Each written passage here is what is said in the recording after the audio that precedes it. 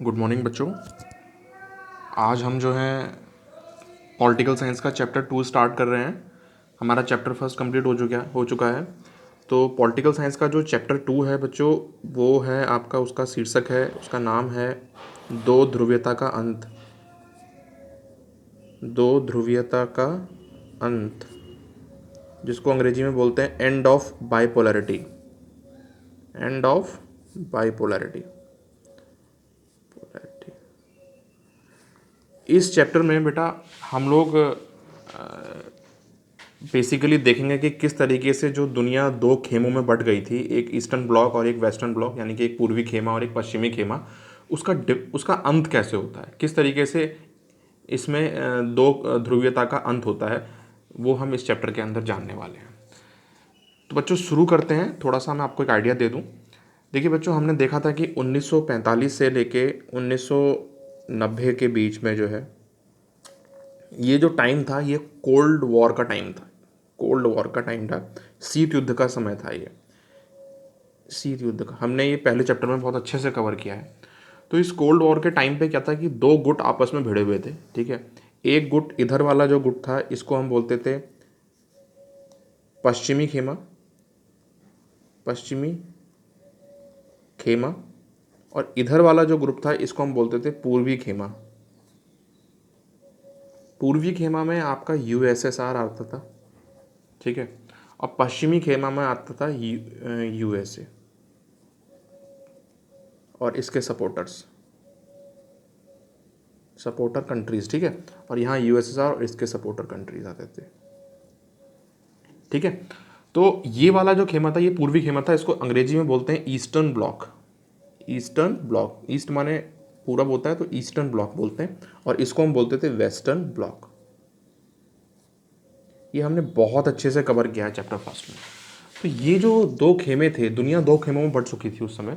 तो ये दो खेमे आपस में लड़ रहे थे, इनके बीच में क्या चल रहा था, वॉर चल रहा था। कैसा वॉर? डायरेक्ट वॉर नहीं चल रहा था। कौन सा वॉर चल रहा था? कोल्ड वॉर चल रहा था इनके बीच में, ठीक है।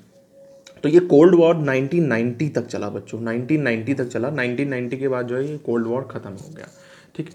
तो हम देखते हैं कि जब 1990 में ये कोल्ड वॉर ख़त्म हुआ, ठीक है, तो उसके एक साल बाद, यानी कि कोल्ड वॉर के एक साल बाद तक, यानी कि लगभग लगभग 1991 तक, ठीक है, हमने देखा कि ये वाला जो ईस्टर्न ब्लॉक था, ठीक है, ये यूएसएसआर था, ये आपका ख़त्म हो गया। ये यूएसएसआर क्या हो गया? ख़त्म हो गया, यानी कि इसका विघटन हो गया, ये डिज़ोल्व हो गया, ठीक है। ये डिसइंटीग्रेट हो गया, आप कह सकते हैं ये डिसइंटीग्रेट हो गया। डिसइंटीग्रेट का मतलब वो क्या होता है? विघटन हो गया इसका, ठीक है, विघटन हो गया, मतलब ये खेमा जो है ख़त्म हो गया। तो उस 1991 में जब ये खेमा ख़त्म हो गया, डिसइंटीग्रेट हो गया, तो उस समय फिर क्या हुआ, 1991 पे केवल एक ही महाशक्ति बचा था, अब वो था यूएसए, यानी कि वेस्टर्न ब्लॉक ही बचा था, केवल पश्चिमी खेमा बचा था। तो इस तरीके से हम कह सकते हैं कि 1991 आने तक, ठीक है, उस समय दुनिया में केवल और केवल एक ही खेमा बचा था, ठीक है, एक ही ध्रुव बचा था, वो था यूएसए और इसके एलाइज, यानी कि इसके सपोर्टर्स। और आपका जो यूएसएसआर था उसका विघटन हो चुका था, वो खत्म हो चुका था। तो इस तरीके से दो ध्रुवों का अंत हो गया था, केवल एक ही ध्रुव बचा था, वो था यूएसए। ये वाला ध्रुव खत्म हो गया, अब एक ही ध्रुव बचा, तो ये वाला बचा खाली यूएसए। तो इस तरीके से हम कह सकते हैं कि दो ध्रुव का अंत हो गया, केवल एक ही ध्रुव बचा, वो बचा यूएसए वाला, ठीक है। तो ये 1991 में हुआ था यूएसएसआर का डिसइंटीग्रेशन। तो अब हम इस चैप्टर में, यानी कि चैप्टर 2 में, हम लोग ये कवर करने वाले हैं कि भैया ये यूएसएसआर का विघटन हुआ क्यों, क्यों हुआ ये डिसइंटीग्रेट, इसका विघटन के क्या कारण थे, हम ये जानने वाले हैं इसमें, नहीं, चैप्टर 2 में, कि क्या वजह थी कि भैया यूएसएसआर का विघटन हुआ, ठीक है। और इस चैप्टर में हम ये भी जानेंगे कि भैया ये यूएसएसआर था क्या, ठीक है। आज के नक्शे में अगर आप यूएसएसआर को ढूंढोगे आज के टाइम पे, तो आपको यूएसएसआर नहीं मिलेगा, ठीक है। क्यों नहीं मिलेगा? क्योंकि 1991 में इसका डिसइंटीग्रेशन हो गया है। डिसइंटीग्रेशन मतलब विघटन हो गया, यानी कि यूएसएसआर जो इतना बड़ा देश था, वो क्या हुआ, उसमें से छोटे छोटे देश टूट गए, अलग अलग हो गए, कई देशों इसमें से टूट गए, अलग अलग निकल गए, ठीक है। तो इसी तरीके से इसी को हम बोलते हैं यूएसएसआर का विघटन। तो वो देश कभी ना कभी तो यूएसएसआर में जुड़े होंगे। असल में वो देश यूएसएसआर में कब कैसे जुड़े थे, यानी कि इसका संगठन कैसे हुआ था, ये यूएसएसआर बना कैसे था, और फिर ये भी देखेंगे इस चैप्टर में 2 में। और फिर हम ये भी देखेंगे कि इसका विघटन के कारण क्या थे, किस वजह से इसका विघटन हुआ, ठीक है। तो ये सारी चीज़ें हम इस चैप्टर 2 में देखने वाले हैं।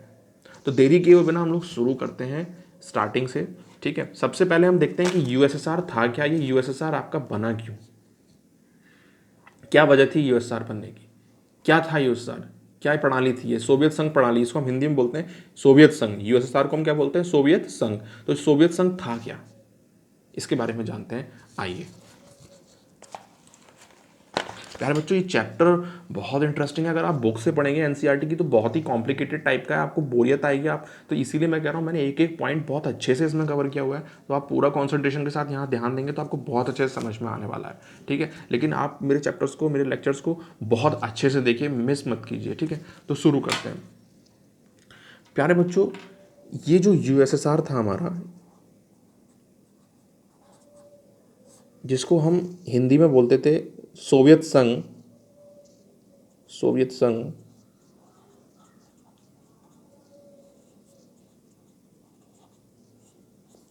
ठीक है, ये कैसे बना,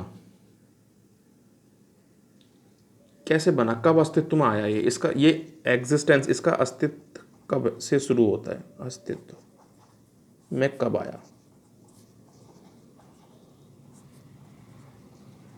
यानी कि सीधे सीधे आप कह सकते हैं इसका फॉर्मेशन कब हुआ, यूएसएसआर बना कब, इसका फॉर्मेशन कब हुआ, ये हम जानते हैं, फॉर्मेशन कब हुआ ये जानते हैं।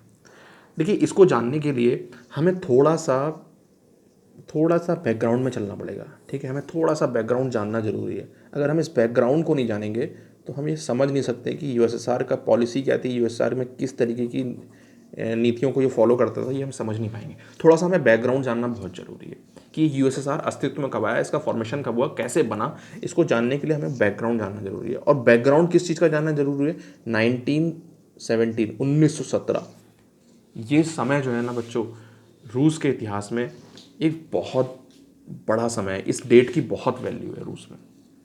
किस तरीके से, तो 1917 में क्या हुआ था, एक रिवॉल्यूशन हुआ था, क्रांति हुई थी। कहाँ पर, रशिया में, रशिया में क्रांति हुई थी ये 1917 में, जिसको हम रूस बोलते हैं। आज के ज़माने में आप रूस को ढूंढोगे तो आपको मैप में, दुनिया के मैप में रशिया मिलेगा, रूस मिलेगा आपको। तो रूस में 1917 में एक क्रांति हुई थी, और ये क्रांति किस महीने में हुई थी बच्चों, अक्टूबर के महीने में हुई थी, अक्टूबर मंथ में, ठीक है। तो इसलिए हम इसे अक्टूबर क्रांति भी कहते हैं, ठीक है। तो ये क्रांति क्या हुई थी, आइए जानते हैं इसके बारे में। तो 1917 की क्रांति जो थी रशिया की, ठीक है, हालांकि आपके चैप्टर 2 में 1917 की रशियन क्रांति को एक्सप्लेन नहीं किया हुआ है, लेकिन प्यारे बच्चों, इस क्रांति को जानना आपको बहुत ज़रूरी है कि ये 1917 में एक क्रांति हुई क्यों थी, क्या वजह थी। तो आइए जानते हैं। जब हम ये जान जाएंगे तभी हमें ज़्यादा अच्छे से समझ में आने वाला है यूएसएसआर और इसका फॉर्मेशन, ठीक है। तो आइए जानते हैं। तो सबसे पहले देखते हैं रशियन रिवॉल्यूशन जो आपका 1917 में हुआ था। ये बैकग्राउंड जानना बहुत ज़रूरी है। 1917 में, प्यारे बच्चों, फ्लैशबैक में थोड़ा सा और चलते हैं, थोड़ा सा और पीछे चलते हैं। हुआ क्या था, देखिए 1894 में रशिया में उस समय एक राजा का एम्पायर था, और उस समय 1894 एक राजा गद्दी पे बैठा जिसका नाम था निकोलस जार, निकोलस, ठीक है। ये निकोलस जो था, इसको, ये जो था, ये रोमानोवा एम्पायर का राजा था। किस एम्पायर का था, रोमानोवा। तो रोमानोवा एक एम्पायर था, ठीक है, एक साम्राज्य था, उसी साम्राज्य का ये राजा था निकोलस। तो निकोलस रोमानोवा साम्राज्य से आता था, और ये निकोलस जो था 1894 में जो है रशियन एम्पायर का, उस समय रोमानोवा जो एम्पायर था उसका राजा निकोलस एम्पायर पूरे रशिया पे राज्य करता था, यानी कि ये पूरे रशियन एम्पायर पे राज्य करता था निकोलस, ठीक। इसकी जो वाइफ थी, निकोलस की जो वाइफ थी, उसका नाम था एलेक्जेंड्रा, एलेक्जेंड्रा। उस समय रशिया में जो राजा होता था, ये किंग बना था। रशिया में जो किंग होता था, यानी कि जो किंग होता था, उसको हम क्या बोलते थे, जार बोलते थे। क्या बोलते थे, जार, TSAR। कई लोग इसको इंग्लिश में ऐसे भी लिखते हैं, जार, CH, जार ऐसे भी लिखते हैं, और कुछ लोग ऐसे भी लिखते हैं, वो अपना अपना लिखने का तरीका है। तो उस समय आप हिंदी में इसको बोलते थे जार। तो उस समय क्या था कि ये जो राजा था, उस समय रशिया में राजा को राजा नहीं बोलते थे, क्या बोलते थे, जार बोलते थे। क्या बोलते थे, जार बोलते थे, जार। तो 1894 में निकोलस जो था वो रशियन एम्पायर का राजा बना, यानी कि ज़ार बना। और ये निकोलस पूछ सकता है पेपर में कि निकोलस जो है किस साम्राज्य, किस वंश का था। ये रोमानोवा वंश का था। ये रोमानोवा वंश का राजा था निकोलस, और इसकी पत्नी का नाम एलेक्जेंड्रा था। रानी को उस समय क्या बोलते थे? जारीना। राजा को तो जार बोलते थे और रानी को बोलते थे जारीना। ठीक है। तो 1894 में ऐसा कुछ घटना घटी थी कि निकोलस जो है ये रशियन एम्पायर का क्या बना? जार बना, और इसकी पत्नी का नाम था जारीना। ठीक है, तो इतना समझ में आया। चलिए, ये जो जार था, इस समय की जो दुनिया थी, इस समय का जो रशियन एम्पायर था, उस समय जो है वहाँ के मज़दूरों पे बहुत ज़्यादा उनके साथ दुर्व्यवहार होता था, उनके साथ बहुत अत्याचार होता था। ठीक है, वर्कर्स बहुत ज़्यादा परेशान थे इस जार के शासन में। ठीक है, कहते हैं कि वर्कर्स की स्थिति इतनी ख़राब थी, इतनी ज़्यादा दयनीय थी कि इनसे बहुत ज़्यादा टैक्स वसूला जाता था। टैक्स वसूलना की जो अधिक से अधिक मात्रा में जार इनसे टैक्स वसूलता था। ठीक है, भुखमरी फैली हुई थी इनके बीच में। ठीक है, बहुत ही ज़्यादा इनके अंदर भुखमरी, बीमारी, ठीक है, और बहुत ज़्यादा ये लोग परेशान थे। वर्कर्स लोग बहुत परेशान थे, इन पे वास्तव में बहुत अत्याचार होता था। कहते हैं कि उस समय जो ये इंडस्ट्रियाँ होती थी, फैक्ट्रियाँ होती थी, तो वहाँ पे जो वर्कर्स काम करते थे, तो जहाँ ये वर्कर्स रुकते थे उस कमरे में एक कमरे में कहते हैं कि 12 से 15 वर्कर्स जो हैं रहते थे। इतना ज़्यादा मतलब शोषण था इन वर्कर्स का। उनकी मजदूरी बहुत कम हुआ करती थी, इनसे काम ज़्यादा लिया जाता था। ठीक है, तो इस तरीके से मजदूरों पे बहुत ही अत्याचार होते थे। ठीक है, उन कमान पैसा, उनको इंडस्ट्री से पैसा कुछ ज़्यादा मिलता नहीं था, बस कमाने खाने भर के लिए पैसा मिलता था। ठीक है, और इनका शोषण खूब होता था, काम इनसे खूब लिया जाता था, इनसे टैक्स वसूली खूब की जाती थी। ठीक है, तो इस तरीके से वहाँ के जो मजदूर थे ना, वो बहुत ज़्यादा परेशान थे ज़ार के शासन से, बहुत ज़्यादा परेशान थे।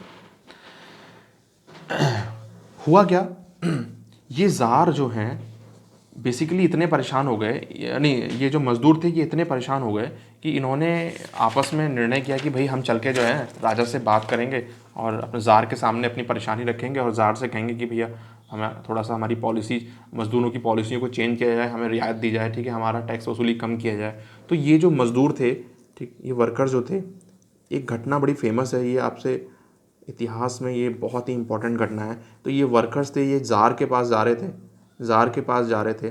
सर ईयर था 1905, संडे का दिन था बच्चों। तो संडे का दिन था 1905 में, ये ज़ार के पास वर्कर्स गए और इन्होंने ज़ार के सामने जाकर, ये ज़ार उस समय जो था रशियन एम्पायर, ये बेसिकली ये ज़ार जो था ये सेंट पीटर्सबर्ग में बैठता था। सेंट पीटर्सबर्ग क्या है? सेंट पीटर्सबर्ग बेसिकली उस समय रूस की क्या थी? राजधानी था, कैपिटल था उस समय रशिया की कैपिटल हुआ करता था सेंट पीटर्सबर्ग। ठीक है, तो सेंट पीटर्सबर्ग में ही ज़ार बैठता था, आपका ज़ार और जरीना यहीं बैठते थे। तो ये मजदूर क्या थे, वर्कर्स क्या थे, ये भी परेशान होकर क्या थे, ज़ार के पास गए थे। 1905 में संडे का दिन था, सेंट पीटर्सबर्ग गए थे ज़ार से मिलने के लिए और उसको अपनी समस्या बताने के लिए कि भैया हमारे साथ ऐसी ऐसी प्रॉब्लम है, हमारे लिए कुछ किया जाए। तो ज़ार ने क्या किया, ज़ार ने अपनी आर्मी से कहा कि इन सब मज़दूरों पर लाठीचार्ज कर दिया और इन पर गोलियां चलवा दी। इन पर क्या चलवा दी? गोलियां चलवा दी। तो उसमें कई मज़दूर मारे गए, गोलियां चलवा दी और कई मज़दूर जो है उस समय मारे गए। तो ये जो दिन था, ये जो 1905 में संडे का दिन था, इसी को तब से, जब से ये कई मज़दूरों की हत्या कर दी गई, तो इस संडे को तब से कहा जाता है ब्लडी संडे, ब्लडी संडे या खूनी रविवार। तो इस तरीके से आप देख सकते हो कि कितना ज़्यादा क्रूरतापूर्वक शासन किया करता था ये ज़ार मजदूरों के खिलाफ। तो इस तरीके से वर्कर्स रशिया में, पूरे रशियन एम्पायर में जो है, पूरे वर्कर्स, लेबर क्लास में, मजदूर क्लास में बहुत ज़्यादा नाराज़गी थी ज़ार की सत्ता को लेकर, ज़ार को लेकर। एक ये ब्लडी संडे की घटना ने जो है मजदूरों के प्रति वहाँ की जनता में जो है बहुत आक्रोश भर दिया था। एक घटना और बताता हूँ मैं आपको बच्चों, बहुत इंटरेस्टिंग है। था क्या कि ये जो ज़ार था और इसकी जो ज़ारीना थी, यानी कि अलेक्जेंड्रा, ज़ारीना मतलब रानी, और ज़ार जो था, तो कहते हैं कि ये ज़ार पे एक पादरी, यानी कि एक चर्च का पादरी टाइप का समझ लो, चर्च से संबंधित व्यक्ति था। उसका नाम था आपका, ये चर्च से संबंधित एक व्यक्ति था, पादरी टाइप का आप कह सकते हो। ठीक है, जैसे हमारे हिंदू में पुजारी वगैरह होते हैं और जैसे इस तरीके से मौलाना वगैरह होते हैं, ऐसे ये पादरी चर्च में पादरी होते हैं। तो उस समय क्या था कि ये जो ज़ार था, तो वहाँ पे एक पादरी टाइप का व्यक्ति था, रास्पुतिन। रास्पुतिन नाम का एक व्यक्ति था, वो चर्च से संबंधित था। उस रास्पुतिन नाम के व्यक्ति का इस जार पे बहुत प्रभाव था। ये जार जो है ना इस रास्पुतिन को बहुत मानता था। ये मतलब रास्पुतिन जो था ये एक तरीके से ये बोलता था, और ये रास्पुतिन कहता भी था कि भैया मैं गॉड का आदमी हूँ और मैं कई बीमारियाँ ठीक कर सकता हूँ, मैं कई प्रॉब्लम्स ठीक कर सकता हूँ, ठीक है, मैं मेरे कही हुई चीज़ों को मानोगे तो मैं सब आपकी समस्याओं का समाधान कर सकता हूँ। तो इस तरीके से ना ये कहता था, तो ज़ार इसको खूब मानता था। और ये जो रास्पुतिन था, इसका ज़ार की जो वाइफ थी उसका नाम था एलेक्जेंड्रा। एलेक्जेंड्रा, इससे इसका अफेयर था। और ये जो बात थी ना, ये जनता के सामने खुल के आ चुकी थी, ये जनता को रिवील हो चुकी थी, जनता के सामने ये बात आ गई थी, जनता जान गई थी इस अफेयर के बारे में। तो इस वजह से भी वहाँ की जो रशियन एम्पायर की जनता थी ना, वो बहुत ज़्यादा आक्रोशित थी कि भाई, वो कहते थे कि यार रास्पुतिन देखो इतना ये धार्मिक व्यक्ति है, अपने आप को धार्मिक व्यक्ति मानता है, ठीक है, और ये मतलब ये इतना गंदे काम कर रहा है, ठीक है, ये जरीना के साथ इसका अफेयर है, ठीक है। तो इस तरीके से भी जो है ना ज़ार के खिलाफ और रास्पुतिन के खिलाफ जो है ना जनता और भी ज़्यादा आक्रोशित हो चुकी थी। तो ये दो तीन चीज़ें थी, जैसे कि आपका मजदूरों का विद्रोह, मजदूरों के ऊपर शोषण, और ये ज़ार जरीना का और ये रास्पुतिन का ज़ार जरीना के साथ परिवार के साथ जो ये गलत व्यवहार जो था, इससे जनता वहाँ की बहुत ज़्यादा आक्रोशित थी। तो इस तरीके से क्या हुआ, तो इस जनता ने इस ज़ार के शासन को हटाने के लिए मन बना लिया था कि हमें इसको यहाँ से इस ज़ार के शासन से मुक्ति पानी है। तो 1917 में क्या हुआ, 1917 में दो क्रांतियाँ हुई, दो घटनाएं घटी। एक घटना मार्च में घटी थी और एक घटना अक्टूबर में घटी। तो 1917 में इसी को हम बोलते हैं, इस साल दो क्रांतियाँ घटी, ठीक है। तो आप देख रहे हो, मार्च 1917 में एक क्रांति हुई थी और अक्टूबर 1917 में एक क्रांति हुई थी, लगभग 8-9 महीने बाद, ठीक है। तो मार्च 1917 में क्या हुआ कि उस समय रशिया में बच्चों, रशिया में दो गुट थे। उस समय रशिया में जो थे ना, रशियन एम्पायर में दो गुट थे, पॉलिटिकली काफ़ी एक्टिव थे वो गुट। एक गुट था आपका बॉल्शेविक और एक था आपका मेंशेविक, ठीक है। ये दो गुट थे, दो दल थे, आप ऐसे समझ लो उसको, ठीक है। तो ये जो मेंशेविक थे ये बेसिकली डेमोक्रेसी को मानते थे, और ये जो बॉल्शेविक थे ये बेसिकली सोशलिज्म को मानते थे, समाजवाद को मानते थे, ठीक है। ये समाजवाद को नहीं मानते थे, ये डेमोक्रेसी वाले थे, ठीक है, प्रजातंत्र वाले थे।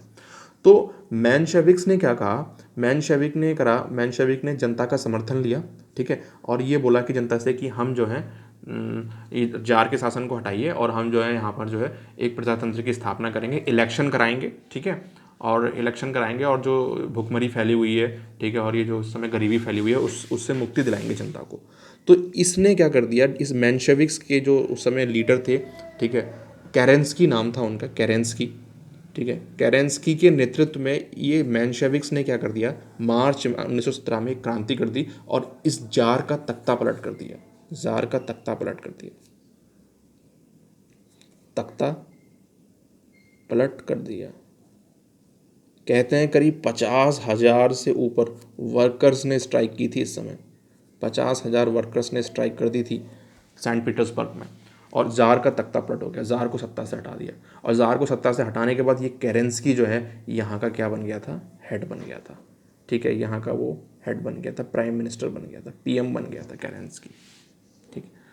तो ये केरेंस्की सत्ता में आया, ठीक है। अच्छा, उस समय 1917 का दौर है, आपको पता होगा 1914 से लेके 1918 तक करीब हमारा फर्स्ट वर्ल्ड वॉर भी चल रहा था। तो रशिया उस फर्स्ट वर्ल्ड वॉर में क्या था, इंक्लूड था, शामिल था, और वॉर कर भी रहा था, ठीक है। तो इस वॉर की वजह से क्या था कि रशिया की हालत बहुत ख़राब हो चुकी थी। यहाँ पे खाने को लोगों के पास खाना नहीं था, लड़ने को हथियार नहीं थे, तो रशिया की हालत ऑलरेडी बहुत ख़राब हो चुकी थी उस समय, ठीक है। और उस समय ये घटना भी घटी थी, मार्च 1917 में ज़ार का शासन खत्म हो गया था और मेंशेविक्स जो थे वो सत्ता में आ गए थे। ये बॉल्शेविक और मेंशेविक जो है ना रशियन वर्ड है, ठीक है। तो ये मेंशेविक जो दल के लोग थे ना, नेता थे, केरेंस्की के नेतृत्व में यहाँ पर सरकार बनी थी रशिया में, और रशियन एम्पायर आपका ख़त्म हो गया था, पूरा साम्राज्य खत्म हो गया ना। तो साम्राज्य खत्म होने का मतलब ये नहीं कि रशिया खत्म हो गया, रशिया खत्म नहीं हुआ, रशिया का एम्पायर, राजा के शासन को एम्पायर कहा जाता है, तो वो खत्म हो गया था आपका, ठीक है। अब वहाँ पर क्या आ गई थी, डेमोक्रेसी आ गई थी, प्रजातांत्रिक सत्ता आ गई थी। तो ये केरेंस्की ने ये बोला था कि अब जो है जार का शासन खत्म हो गया है, तो अब मैं, इसने लोगों से पहले वादा भी किया था, वर्कर से वादा किया था कि मैं आपकी कंडीशन सुधारूंगा, इलेक्शंस वहाँ पे कराऊंगा, ठीक है, जिसको आप चुनोगे, वर्कर्स जिसको चुनेंगे वो वहाँ पे सत्ता में बैठेगा, ठीक है। और रशिया जो इस समय प्रथम वर्ल्ड वॉर में जो इंक्लूड है, शामिल है, तो प्रथम विश्व युद्ध से रशिया को वापस लूँगा और यहाँ से प्रथम विश्व युद्ध से हम क्या कर देंगे, सरेंडर कर देंगे, मतलब वहाँ से प्रथम विश्व युद्ध से बाहर निकल जाएंगे, लड़ना बंद कर देंगे, तो और अपनी देश की स्थिति पे हम सुधार करेंगे, ऐसे प्रॉमिस किए थे केरेंस्की ने। लेकिन केरेंस्की ने सत्ता में आने के बाद इसका नीयत चेंज हो गई। इसने इलेक्शन कराने का जो प्रॉमिस किया था और विड्रॉ करने का प्रॉमिस किया था, इसने विड्रॉ करने का प्रॉमिस किया था कि हम फर्स्ट वर्ल्ड वॉर से क्या कर लेंगे, विड्रॉ कर लेंगे। विड्रॉ कर लेंगे मतलब होता है हट जाएंगे वहाँ से, वर्ल्ड वॉर से दूर हट जाएंगे, ठीक है, फर्स्ट वर्ल्ड वॉर, ठीक। तो ये दो प्रॉमिस इसने किए थे, ये दोनों प्रॉमिस इसने नहीं निभाए केरेंस्की ने।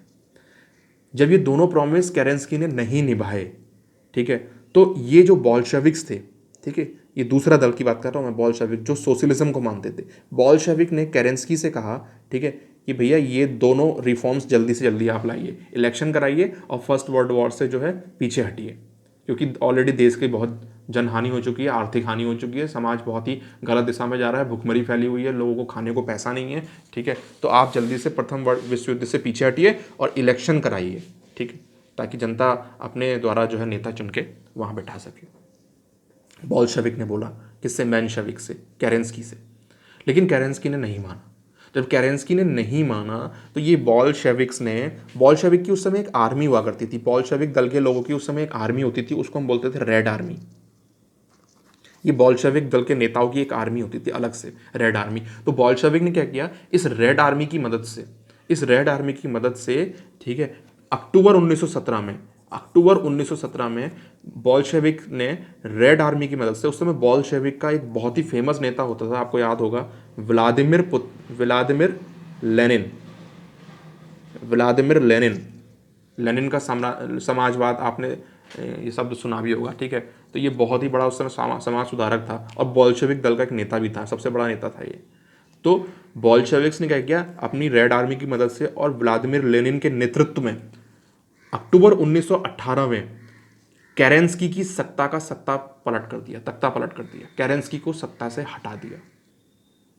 और यहां पर अक्टूबर 1917 में बॉल्शेविक की सरकार बनी, किसके नेतृत्व में, लेनिन के नेतृत्व में रशिया में बॉल्शेविक की सरकार बनी।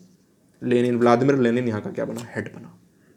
तो इसी क्रांति को हम बोलते हैं अक्टूबर की क्रांति। तो अब बॉल्शेविक सत्ता में आ चुके थे अक्टूबर 1917 में। तो ये दो क्रांतियां बहुत फेमस है, एक मार्च 1917 की क्रांति और एक अक्टूबर 1917 की क्रांति। ठीक 8 महीने बाद, यानी कि केरेंस्की केवल 8 या 9 महीने ही शासन कर पाया, यानी कि मेंशेविक्स केवल 8 और 9 महीने ही शासन कर पाए। अक्टूबर में कौन आ गया था सत्ता में, बॉल्शेविक आ गए थे, लेनिन के नेतृत्व में यहाँ पे सरकार बन चुकी थी, ठीक है। तो इसी को हम बोलते हैं रशियन क्रांति या रूस का रिवॉल्यूशन। प्यारे बच्चों, ये आपके सिलेबस में तो नहीं था, लेकिन इसको जानना बहुत जरूरी था। इसको हम जब तक नहीं जानते, हमें ना ये चैप्टर समझ में नहीं आता। तो अब सीधी सीधी बात ये है कि 1917 में रशियन क्रांति के बाद रूस में जो क्रांति हुई, रशियन रिवॉल्यूशन जो हुआ, उसका क्या निष्कर्ष निकला, उसका ये निष्कर्ष निकला कि रूस में समाजवादी सरकार का गठन हुआ।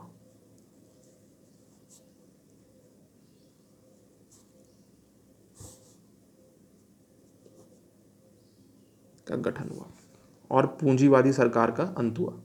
पूंजीवादी सरकार किसकी थी, केरेंस्की की। केरेंस्की की सरकार कैसी थी, पूंजीवादी और डेमोक्रेसी के तो वादे करता था वो, लेकिन असल में था पूंजीवादी, ठीक है ना। वो खाली डेमोक्रेसी का ढोंग करता था, झूठे वादे करता था, लेकिन वो पूंजीवादी व्यक्ति था। और पूंजीवादी सत्ता का क्या हुआ, अंत हुआ।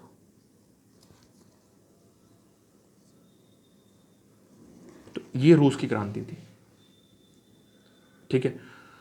तो अल्टीमेटली रूस में एक ऐसी सरकार बैठ चुकी थी जो समाजवादी सरकार थी, जो कम्युनिज्म को मानती थी, जो पूंजीवाद का विरोध करती थी, कैपिटलिज्म का विरोध करती थी, और वो पूरी दुनिया में चाहती थी कि समाजवादी सरकार बने। समाजवाद ही जो है इस दुनिया का भला कर सकता है, देश का भला कर सकता है, मजदूरों को न्याय मिल सकता है, ठीक है। तो समाजवादी सरकार का गठन आपका 1917 में रशिया में होता है। तो रशिया ने क्या करा उस समय, उसके बाद रशिया ने अल्टीमेटली 1922 तक, 1917 से 1922 तक, क्योंकि 1917 से 1922 का जो समय था वो रशिया में भी कुछ प्रॉब्लम्स बीच में फिर दोबारा जनरेट हो गई थी रूस की क्रांति के बाद। बोल्शेविक और मेंशिक आपस में भिड़े हुए थे, तो यहाँ गृह युद्ध टाइप का चल रहा था। तो अल्टीमेटली 1922 में रशिया ने क्या किया, ठीक है, ये रशियन एम्पायर ने क्या किया, ये सॉरी रशियन ने क्या किया, ये समाजवादी सरकार ने क्या किया कि रशियन और अन्य देश जो समाजवादी विचारधारा के थे उनको अपने आप में जोड़ना शुरू किया। तो अल्टीमेटली 1922 तक ये रशिया ने अन्य देशों को जोड़ लिया था। रशिया प्लस अदर कंट्रीज़ इसमें जुड़े, और रशिया ने कुछ कंट्रीज़ पे कब्जा भी किया। तो कुल मिलाकर जो है इसको मिलाकर इसको 1922 में यूएसएसआर का गठन किया गया। ये है यूएसएसआर। तो 1922 में ऑफिशियली जो है यूएसएसआर का क्या हुआ, गठन हुआ, बन गया, यूएसएसआर बन गया। अब इस यूएसएसआर में बेसिकली 15 गणराज्य शामिल थे, 15 गणराज्य से मिलकर बना था ये। 15 छोटे छोटे देश इसमें शामिल थे, ठीक है। एक तो रशिया था, रशिया तो था ही था, प्लस 14 गणराज्य और थे, गणराज्य देश थे। इनको मिलाकर क्या बना आपका यूएसएसआर का गठन किया गया, यूएसएसआर बनाया गया 1922 में। अच्छा, जब 1922 में तुरंत 14 गणराज्य देश शामिल नहीं हो गए थे भाई, कुछ 1922 में आए, कुछ रशिया ने, जैसे बाल्टिक कंट्रीज थे उस समय, ठीक है, लतविया आपके और इथियोपिया, लतविया और आपके लिथुआनिया, ठीक है, इनको एनेक्स किया, इन पे शासन किया आपने, इनको अपने में मिला लिया, ठीक है। उसके बाद जो है धीरे धीरे और भी देश रशिया ने अपने आप में मिलाए। तो ऐसा नहीं है कि 1922 में ही 15 के 15 आ गए थे, धीरे धीरे आए, ठीक है। तो धीरे धीरे आया, तो अल्टीमेटली क्या बन गया था, यूएसएसआर का गठन हो गया था उस 1922 में ही हो गया था, लेकिन ये 15 देश धीरे धीरे इसमें आकर मिलते गए, जुड़ते गए, ठीक है। तो कुल मिलाकर जो है इन रसिया और 14 गणराज्य के देश को मिलाकर ही हम क्या बोलते हैं, इसको यूएसएसआर बोलते हैं, ठीक है। तो अगर आपसे कोई पूछे पेपर में कि यूएसएसआर क्या है, ठीक है, तो यूएसएसआर क्या था, यूएसएसआर रशिया, रूस और अन्य 15 गणराज्य देशों को मिलाकर एक संगठन बनाया गया था, एक बड़ा देश बनाया गया था, जिसको हम क्या बोलते थे, यूएसएसआर या सोवियत संघ बोलते थे। और यूएसएसआर की जो फुल फॉर्म थी वो क्या थी, union of Soviet socialist Republic, ठीक है। यूनियन माने संगठन है ये, सोवियत माने, सोवियत बेसिकली क्या होता है, सोवियत हम कहते हैं गवर्नमेंट को, ठीक है, या लॉ गवर्निंग बॉडी, एक तरीके से आप मान लो गवर्नमेंट, सरकार है, ठीक है। सोशलिस्ट का मतलब आपको पता ही है, सोशलिस्ट का मतलब क्या है, समाजवादी, समाजवाद की विचारधारा वाले लोग समाजवादी, ठीक है। और रिपब्लिक माने गणराज्य, ठीक है। तो ऐसी सरकारों का क्या था, ये यूनियन था, समूह था, ऐसी सरकारों का समूह था, ऐसे देश की सरकारों का समूह था। गणराज्य यानी ये क्या हुआ, देश, एक तरीके से गणराज्य। तो ऐसे देश की सरकारों का ये समूह था, ठीक है, जो समाजवादी विचारधारा की थी। समझ में आ रहा नहीं, देखो नाम में ही क्लियर है, ऐसे देश की, ऐसे गणराज्य की सरकारों का एक समूह था ये, जो समाजवादी विचारधारा के थे।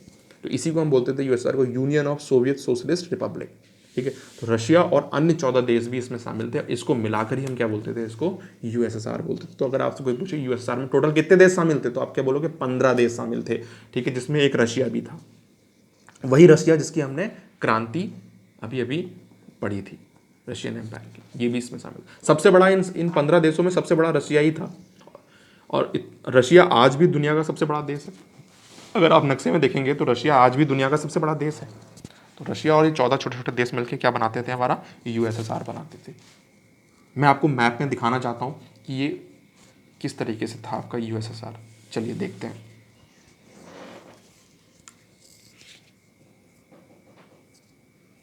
ये देखिए बच्चों, ये देखिए, ये आपके सामने वर्ल्ड का एक मैप है।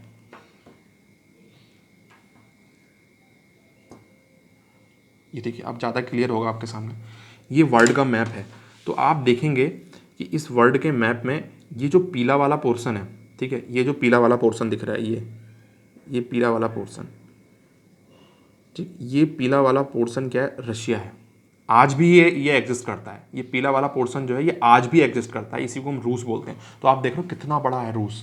ठीक है, अब आप कहोगे यूएसएसआर क्या था, तो ये रसिया तो शामिल था ही था, इसके अलावा ये जो कलर्ड देश दिखाए हुए हैं मैंने, ये भी क्या थे, इसमें शामिल थे रूस में, और इनको मिलाकर ही यूएसएसआर बनता था। तो अभी आप देखोगे कि रूस की जो बाउंड्री है बेसिकली वो पीले पीले वाले भाग तक है। ठीक है, ये रूस की बाउंड्री है बस यहाँ से ये। ठीक है, लेकिन ये जो रेड बाउंड्री है ये असल में क्या थी, यूएसएसआर की बाउंड्री थी। देख रहे हो रसिया में ये पीला वाला तो रसिया शामिल था ही था, इसके अलावा ये कजाकिस्तान देख रहे हो ये शामिल था, नीचे आपके ये छोटे छोटे देश और शामिल थे। देखिए ये देखिए अजरबैजान हो गया आपका, ठीक है, और आपका जॉर्जिया हो गया, ये देखिए जॉर्जिया, ये पीली पीली, यूक्रेन हो गया, लिथुआनिया हो गया, ठीक है, बेलारूस हो गया। ठीक, ये इस तरीके से आपके ये देश भी शामिल थे। तो कहने का मतलब ये पीला वाला और ये नीला और ये लाल और ये हरा, ये सब छोटे छोटे देश मिलाकर ये पूरा यहाँ से इतना बड़ा इतना बड़ा जो है था यूएसएसआर था। और इसमें देख रहे हो ये बाकी सारे देश छोटे छोटे छोटे छोटे छोटे हैं, केवल रशिया ही सबसे बड़ा है। तो इसी को हम क्या बोलते थे, यूएसएसआर बोलते थे। जब 1991 में यूएसएसआर का विघटन हुआ, यूएसएसआर टूटा, तो ये देश अलग हो गए, ये अलग हो गया, ये अलग हो गया, ये अलग हो गया, ये अलग, कजाकिस्तान अलग हो गया था, अजरबैजान अलग हो गया, ठीक है, तुर्कमेनिस्तान अलग हो गया, उज्बेकिस्तान अलग हो गया। तो अब बचा क्या, खाली ये पीला पीला वाला पोर्शन। तो ये आज भी एग्जिस्ट करता है, इसी को रशिया बोलते हैं। लेकिन उस समय क्या था, ये रशिया और ये छोटे छोटे देश मिलाकर ये लाल बाउंड्री देख रहे हो ना, यहाँ तक फैला हुआ था ये पूरा यूएसएसआर था। तो रसिया और ये बाकी के 14 देश। ठीक है, तो इसको थोड़ा सा जूम करके दिखाता हूँ, एक मिनट, थोड़ा सा मैं इसको जूम करता हूँ। ये देखिए, थोड़ा सा इसको आप यहाँ पे जूम करेंगे तो प्यारे बच्चों ये जो है ना, ध्यान से देखेंगे इधर, ये बेसिकली इधर जो है ना, ये इस साइड वाला इलाका, ये ईस्टर्न यूरोप है। तो ईस्टर्न यूरोप के पास की जो कुछ कंट्रीज़ थी ना, ये वाली देखेंगे, ये है बाल्टिक सागर, इसे हम बोलते हैं बाल्टिक सागर, ये बहुत ही फेमस है। तो ये बाल्टिक सागर से के पास की जो कंट्री है, जैसे ये एस्टोनिया, ये कंट्री क्या है, एस्टोनिया, ये वाली, ठीक है, इसे हम एस्टोनिया बोलते हैं। ये भी उस समय यूएसएसआर का हिस्सा थी। यूएसएसआर यहाँ तक फैला हुआ था, यूएसएसआर के अंदर आती थी। और ये है आपकी लतविया, ये छोटा सा देश दिख रहा है ना आपको, ये ये पीला सा, ये छोटा सा देश, ये लतविया है, लतविया, ठीक है। उसी के पास जो है नीचे ये लिथुआनिया है, ये आपको दिख रहा है लिथुआनिया, ये बेलारूस है, ये नीला वाला क्या है, बेलारूस है, ये बेलारूस है, ये लिथुआनिया है आपका, ये लिथुआनिया है आपका, इधर यूक्रेन है आपका, ये लिथुआनिया है आपका, ये दिख रहा है, ये देखिए, ये एस्टोनिया है, ये लतविया है, और ये हरा वाला क्या है, लिथुआनिया है।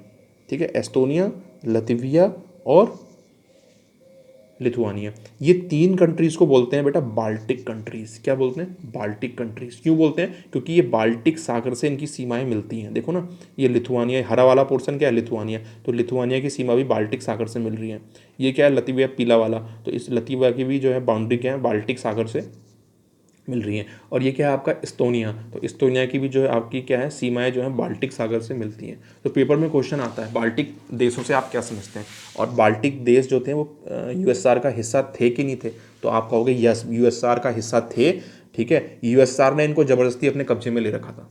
ठीक है, ये खुद से नहीं आया था, यूएसएसआर ने ज़बरदस्ती इन बाल्टिक कंट्रीज़ को अपने कब्जे में लिया था। ठीक है, तो आप देखोगे कि एस्टोनिया, लतविया और लिथुआनिया, एस्टोनिया, लतविया और लिथुआनिया, ये इन तीनों को हम क्या बोलते हैं, बाल्टिक कंट्रीज़ बोलते हैं। ठीक है, एस्टोनिया, लतविया और लिथुआनिया, इन बाल्टिक कंट्रीज़ के अलावा और कौन कौन सी कंट्रीज़ थी जो यूएसएसआर में शामिल थी, ये देखेंगे बच्चों। ये बेलारूस है आपका, ये नीला वाला, ये क्या है, बेलारूस। तो ये बेलारूस भी क्या था उस समय, यूएसएसआर का हिस्सा था। आज ये अलग कंट्री है, लेकिन उस समय यूएसएसआर का हिस्सा था। ठीक है, और ये जो कंट्रीज़ है ना, ये छोटी छोटी, यही 1991 में अलग हो गई थी यूएसएसआर से, यही टूट गई थी अलग। ठीक है, तो उस समय शामिल थी यूएसएसआर में। और यूक्रेन जानते हो, ये यहाँ पे क्रीमिया, बीच में आपने क्रीमिया का मुद्दा सुना था, यूएस विद 2-3 साल पहले रशिया में और यूक्रेन के बीच क्रीमिया को लेकर विवाद था, तो ये यूक्रेन वही वाला यूक्रेन है। ठीक है, तो यूक्रेन देखिए, ये ब्राउन कलर का दिख रहा है, तो ये भी क्या है आपका, उस समय यूएसएसआर का हिस्सा था यूक्रेन। ठीक है, नीचे आएंगे आप इधर, ये देखेंगे इधर, आपका ये देखिए कजाकिस्तान इतना बड़ा, ठीक है, ये कजाकिस्तान भी क्या था उस समय, किसका हिस्सा था, यूएसएसआर का हिस्सा था, ठीक है। नीचे आपका क्या है, ये तजिकिस्तान है, ये तजिकिस्तान है, ये जरा सा, ये तजिकिस्तान भी क्या था उस समय, यूएसएसआर का हिस्सा था। ये पीला वाला क्या है, ये किर्गिस्तान है, किर्गिस्तान भी उस समय यूएसएसआर का हिस्सा था। देख रहे हो यूएसएसआर की ये रेड कलर की बाउंड्री आ रही है नीचे तक, तो यहाँ तक फैला था तजाकिस्तान, किर्गिस्तान, ठीक है, कजाकिस्तान, ठीक। तो ये क्या था आपका, सब यूएसएसआर का। और ये अज़रबैजान है आपका, तो अज़रबैजान कहाँ है, ये अज़रबैजान है आपका छोटा सा, तो अज़रबैजान भी उस समय यूएसएसआर का हिस्सा था। ये तुर्कमेनिस्तान है, तुर्कमेनिस्तान, ये है तुर्कमेनिस्तान, ये वाला, ये तुर्कमेनिस्तान भी किसका हिस्सा था, यूएसएसआर का हिस्सा था। तो आप देख रहे हो कजाकिस्तान, किर्गिस्तान, तजिकिस्तान, और ये हरा वाला क्या है, उज्बेकिस्तान, ये हरा वाला उज्बेकिस्तान है। ये बेसिकली मिडल ईस्ट कंट्रीज़ हैं आज के देश में, ये मध्य एशिया में आती हैं ये कंट्रीज़। कौन कौन सी, Kyrgyzstan, Tajikistan, Uzbekistan, Turkmenistan, Azerbaijan, Kazakhstan, ये सब मिडल ईस्ट कंट्रीज़ हैं, मध्य एशियन कंट्रीज़ हैं आज के हिसाब से। लेकिन उस समय ये सब किस में थी, यूएसएसआर में शामिल थी, ठीक है। तो आप देख सकते हो ये सब, तो ये सब जो अब पूरा देखिए, आप ध्यान से एक बार और देख लीजिए, ये पूरा का पूरा यहाँ से लेके यहाँ से ये पूरा इधर इधर, ये पीला वाला पूरा, और इधर ये लाल वाला इधर अंदर तक का, ये पूरा यहाँ तक, ये पूरा यूएसएसआर था, ठीक है। जब 1991 में यूएसएसआर का विघटन हुआ, टूटा यूएसएसआर, तो ये कलरफुल देश जो है ना अलग हो गए थे। इस्टोनिया अलग हो गया, लत्विया अलग हो गया, ठीक है, लिथुआनिया अलग हो गया, यूक्रेन अलग हो गया, जो आपका Kazakhstan, Uzbekistan, Tajikistan, Kyrgyzstan, Azerbaijan, Turkmenistan, ये सब अलग हो गए थे। केवल पीला वाला पोर्शन बचा था जिसको हम रशिया बोलते हैं, और आज भी एग्जिस्ट करता है ये रशिया, ठीक है। तो समझ में आया यूएसएसआर आपको अच्छे से, ठीक। तो अब आप लिख सकते हैं ना कि यूएसएसआर क्या था आपका, बता सकते हैं ना यूएसएसआर क्या था आपका, ठीक। तो यूएसएसआर क्या था, अब आप इसको हिंदी, आप इसको थोड़ा सा नोट्स के फॉर्म में, आप यहाँ से आपके सिलेबस में शुरू होता है बच्चों यूएसएसआर, ठीक है। अब आप इसको सोवियत संघ हिंदी में बोलते हैं, ठीक है। तो लिखेंगे इसको, इसके बारे में आप थोड़ा सा लिख लीजिए, ठीक। इसकी full form union of Soviet socialist Republic है, ठीक है। हिंदी में से सोवियत संघ भी कहते हैं, ठीक। यह क्या था, रूस प्लस रूस तथा अन्य 14 देश को मिलाकर बना था, ठीक है। टोटल कितने थे, कुल 15 थे, रूस तथा अन्य 14 देश, तो टोटल कितने हो गए, टोटल 15 देश, ठीक है। अब वो 15 देश कौन कौन से थे उनके बारे में आप लिख सकते हैं, देखिए बिल्कुल लिख सकते हैं। 3 तो बाल्टिक कंट्रीज थे आपके, कौन कौन से, एक तो था आपका एस्टोनिया, लत्विया, LI, लिथुआनिया, ठीक है। ये 3 बाल्टिक कंट्रीज थे। इन्हें बाल्टिक कंट्री क्यों बोलते हैं, क्योंकि ये बाल्टिक सागर के, इनकी सीमाएं बाल्टिक सागर से मिलती थी, ठीक है। और इसके अलावा और भी कई सारे थे, जैसे यूक्रेन था, ठीक है, बेलारूस था, ठीक। और क्या क्या थे आप बताओ ज़रा मुझे, हैं, आर्मेनिया था आपका, एक देश था आर्मेनिया, ठीक है। और क्या था, अज़रबैजान था आपका, ठीक है, तुर्कमेनिस्तान था आपका, और क्या था आपका, कजाकिस्तान था आपका, कजाकिस्तान था आपका, तुर्कमेनिस्तान हो गया आपका, एक आप उज्बेकिस्तान था आपका, उज्बेकिस्तान, ठीक है, तजिकिस्तान, ये टी है टी, ठीक है, किर्गिस्तान, किर्गिस्तान, ठीक है।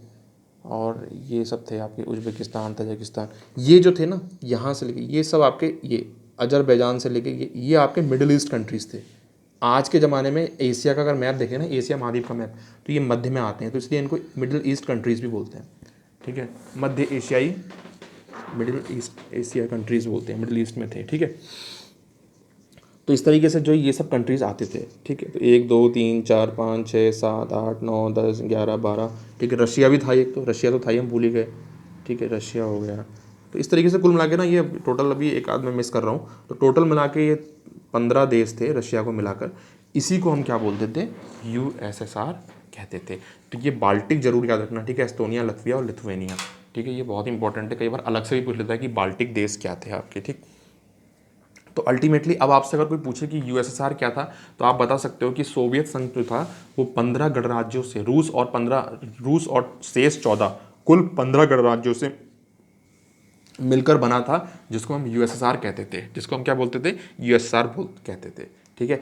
इन USSR की जो फॉर्मेशन हुआ था, ये कब हुआ था, फॉर्मेशन हुआ था, इसका गठन कब हुआ था, 1922 में हुआ था, ठीक है। और इसका विघटन जो हुआ था वो कब हुआ था, 1991 में हुआ था। लगभग 70 साल तक ये USSR चला, और इसी USSR ने अमेरिका से 1945 से लेके 1990 तक शीत युद्ध लड़ा, ठीक है। तो इतना सब कुछ जो USSR के बारे में आपको जानना जरूरी है। और USSR में सत्ता किसकी बन चुकी थी, सत्ता में कौन बैठ चुके थे, बॉल्शेविक्स बैठ चुके थे। और बॉल्शेविक्स कैसे थे आपके, बॉल्शेविक्स कैसे थे आपके, समाजवादी थे, यानी कि कम्युनिस्ट थे। समाजवादी यानी कि कम्युनिस्ट थे, कह सकते हो आप, कम्युनिस्ट थे। सोशलिस्ट या कम्युनिस्ट, बेसिकली वैसे सोशलिस्ट और कम्युनिस्ट में थोड़ा सा अंतर पाया जाता है, लेकिन अब भी आप उसको अधिकतर मिलते जुलते हैं, सोशलिस्ट और कम्युनिस्ट, बस थोड़ा सा माइनर सा अंतर है, ठीक है। तो आप कह सकते हो कि जो समाजवादी हैं वो एक तरीके से कम्युनिस्ट भी होते हैं, ठीक।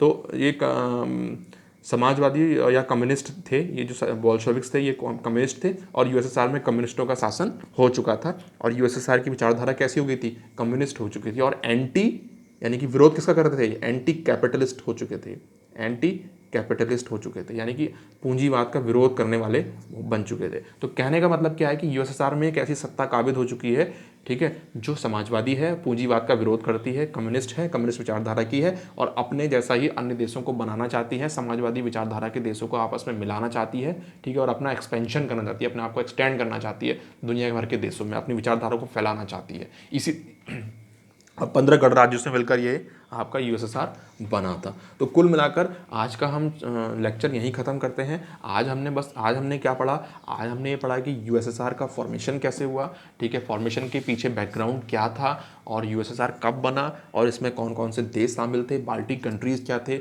और मिडिल ईस्ट कंट्रीज़ इसमें शामिल थे, वो कौन कौन से थे, ठीक है। और रशियन एम्पायर के बारे में जाना, निकोलस के बारे में जाना, ज़ार ज़रीना का कंसेप्ट जाना हमने, ठीक है, बॉल्शेविक मेंशेविक का कंसेप्ट जाना हमने।